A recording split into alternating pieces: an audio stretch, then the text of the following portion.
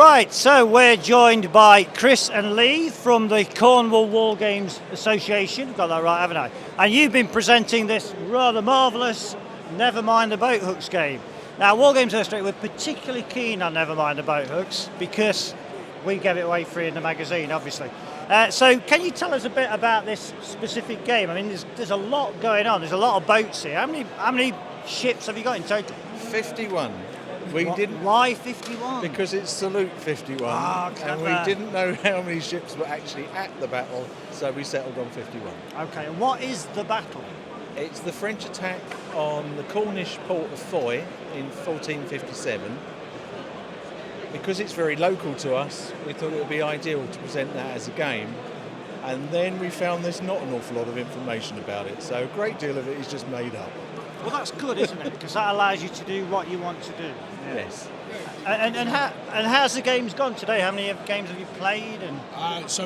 Because it's quite a long game with the amount of ships we've got, we're playing through it twice. But we've had a lot of people coming round, a lot of people talking about the history, talking about the boats, talking about the rules. You know, everybody's really interested in what we're doing. Yeah, good. And the models that are being used, so this looks like there's a lot of Sarissa, MDF. Yeah. Most of them are Sarissa. There's a couple of printed ships and that's it. But the vast majority are Sarissa. Okay, and any conversions on the ships? No. Isn't there one that was a bit special? That's got a different forecastle on it? That was the 3D printed one. Right, okay. We increased the size of one of the castles to turn it into a great ship. So each side has got one of those, just to give us a bit of variety. And it was easier than trying to scratch build from the beginning. Yeah. Right. So is the club keen boat hooks players, and do you play beel hooks as well? We play both. Play both, yeah. You know, we like historical miniatures and historical gaming, and we find it's a fantastic set of rules for this period. So it makes an excellent club game, which everyone's been involved in the club in producing this. Well, great. Thanks for bringing it along. It's a marvellous looking game. Cheers.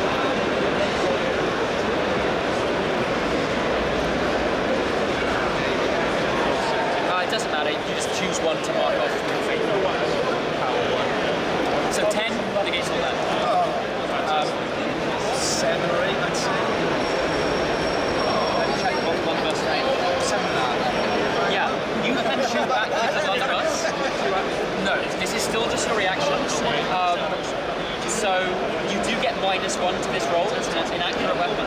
What is the accuracy on your weapon hunter? Okay, so you're going to be adding +1 to this roll, and you're on 13. Okay, it's a single roll. So that's it, 15. Oh yeah.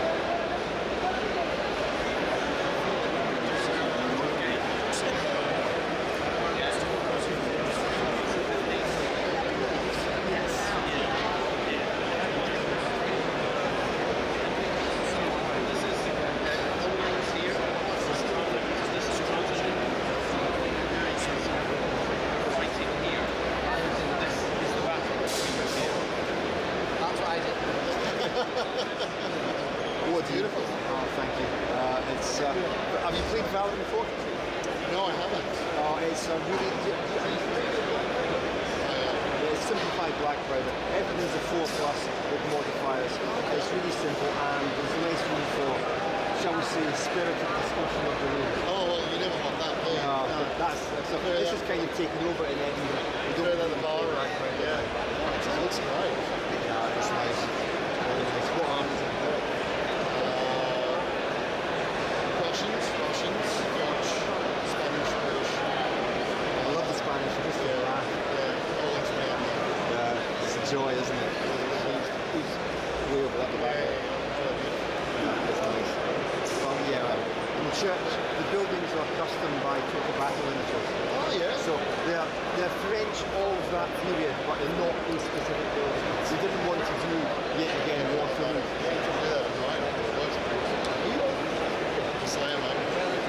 That's okay. I met someone from Finland, but you're just taking the biscuit. There you go, there's a few of us.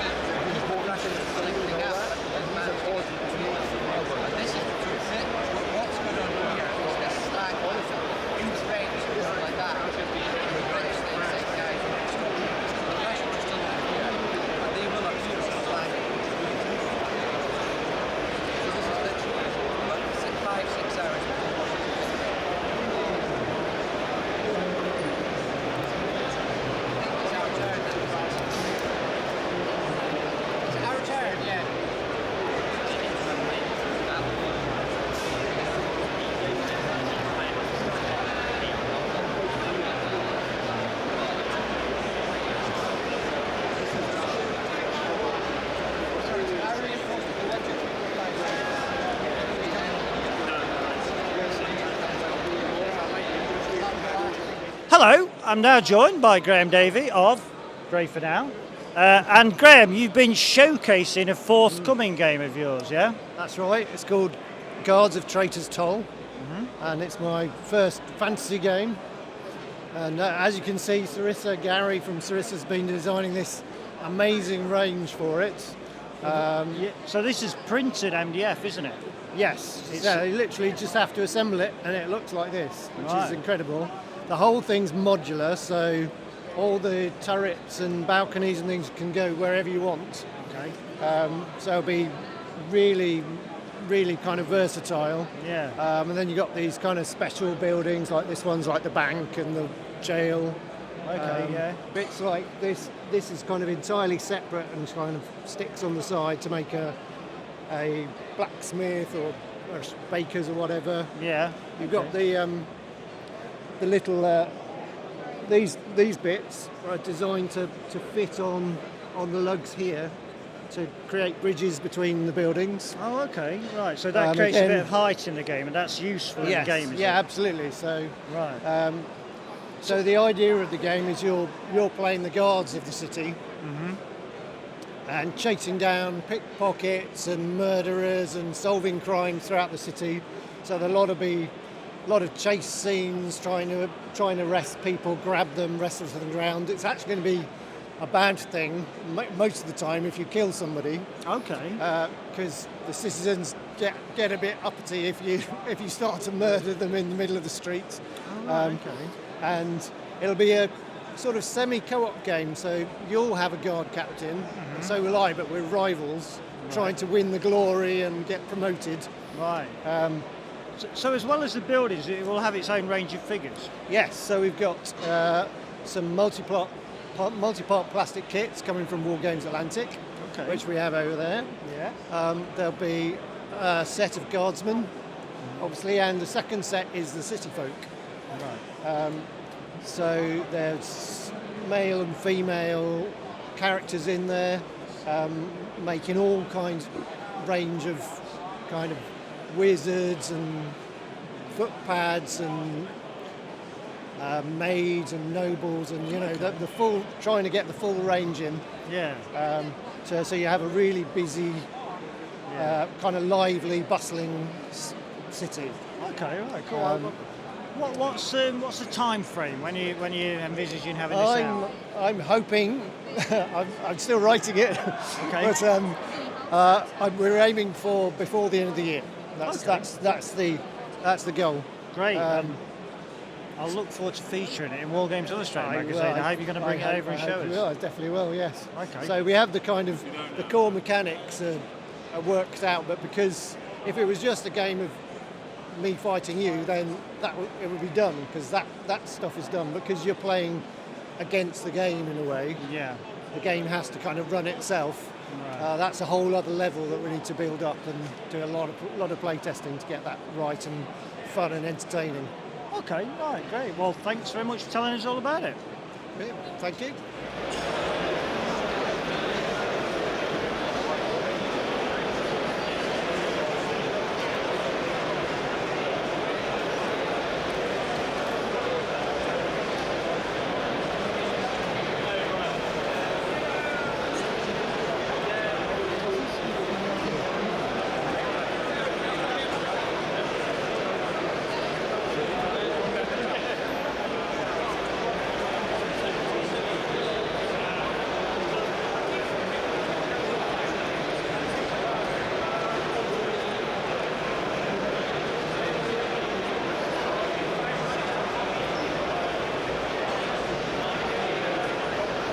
Hello, right, hot off the back of winning this award, Simon Miller. What's it for? Best 28 mil game, which Well is done. astonishing. Congratulations. Because this is my skirmish set. Is it? I didn't bring up the big guns this There's year. only 10,000 figures. Yeah, it's 1,500. 1,500 figures. figures, It's been a lovely show. Yeah, it has good. been I'm fun. glad So you many enjoyed it. people Yeah. to talk to about And this. what is this game then? So it's for King and Parliament, which is your ECW variant of To the Strongest. Yes. Yeah? So this is a scenario set called The Relief of Norchester, which relates vaguely to a scenario book we published. And the Royalist Army basically are trying to save the town of Norchester from the parliamentarians who built a massive battery to bombard the walls and bring the walls down. Okay.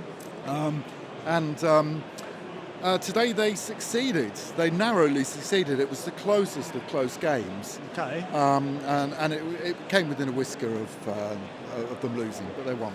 Yeah. So who won historically?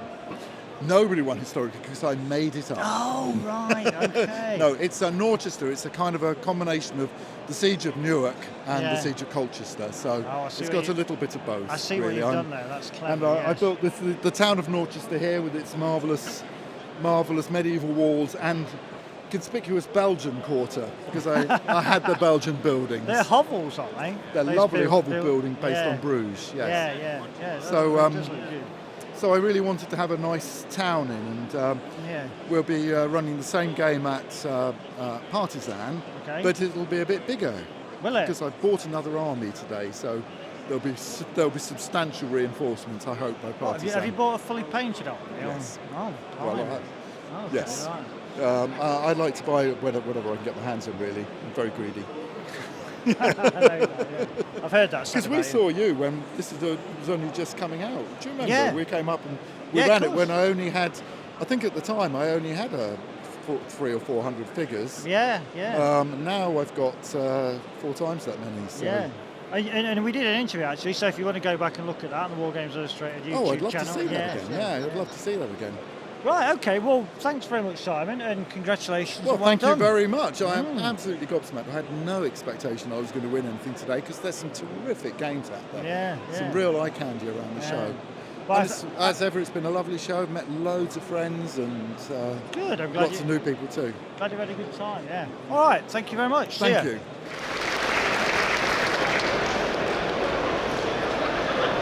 And in first place, 0011, Bernard Roberts, Viking Warriors.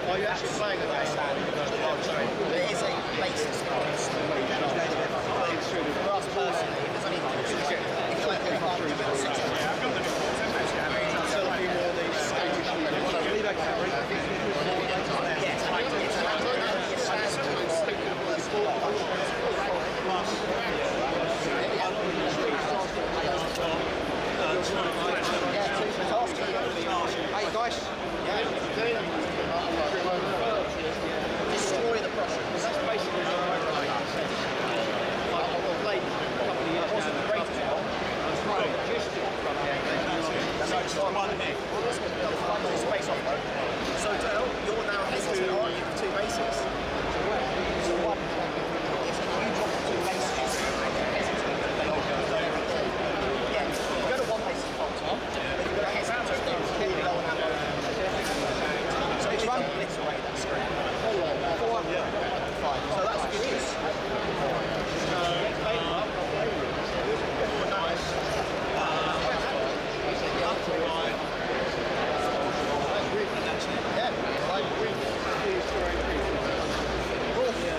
Hello, I'm here with Book. Hi, Book. Hi, how are you? I'm good, thank you. All the way from the US of A. Yeah, down in Florida. Down in It's a little Florida. chilly here compared to where I came from. Is it? It's really warm today. What are you talking about? Anyway, never mind that. What's the weather like in Oz? So this is Wars of Oz. It's a mass battle fantasy black powder game Okay. based on the Wizard of Oz books. Right. Okay. So you have different factions. So we have Munchkins here. We put the pirates on the table. That's one of the more recent factions. And so you maneuver your forces. It plays very much like a traditional horse and musket set of rules. Right. Okay. We have a couple of unique mechanics, this notion of a double random activation, and then there are reaction tests that the units make when things happen to them. So there's not a morale phase per se, but when you're fired on or trying to close or whatever, you make a reaction test. The folks here who have come and played a turn or two seem to have really enjoyed it. Okay, So- good. What about the figures? The figures are obviously specific to the game. Are they're available commercially? They are. So the figures are sculpted and produced by Old Glory, but they're being molded and under license here by Sally Forth. Okay. Sally Forth publishes the rule book, and then those go back to Old Glory to be sold in the U.S., some of them. Right? Okay, right. So it's very much a collaborative effort. It started with a Kickstarter in 2019. We released everything in 2020, and then everything shut down for a little while. So we're just getting our momentum back. Okay, Right. right, good. Right, well, it's very striking looking. There's some lovely bright colours on there. It's fantastic. That's one of the things I like about it, right? So the backstory talks about how the last Great War was ended by the employment of madness bombs. There were 300 years of chaos until the wizard shows up and tries to put things back in order. So one of the side effects is color mania.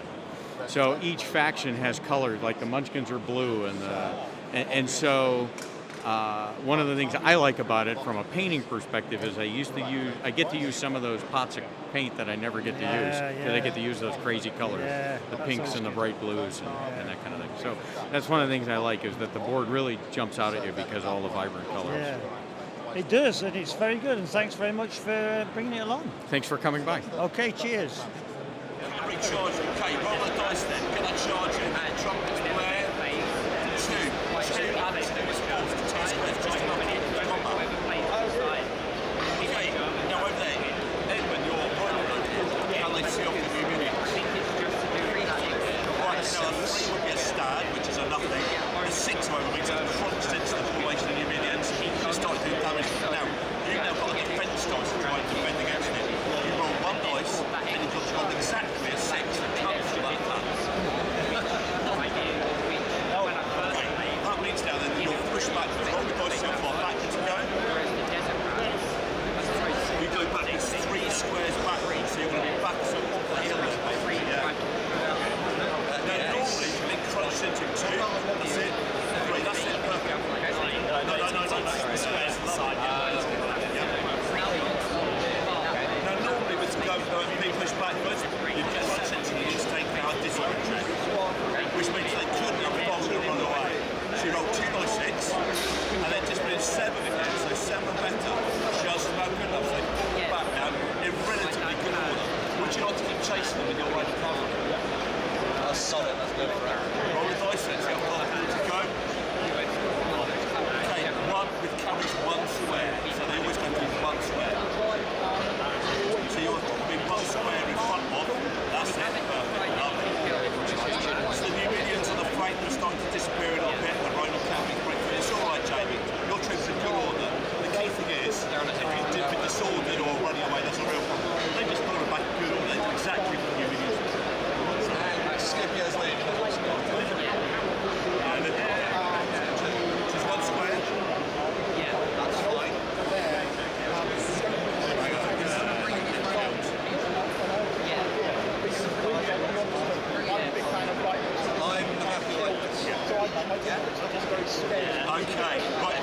Congratulations.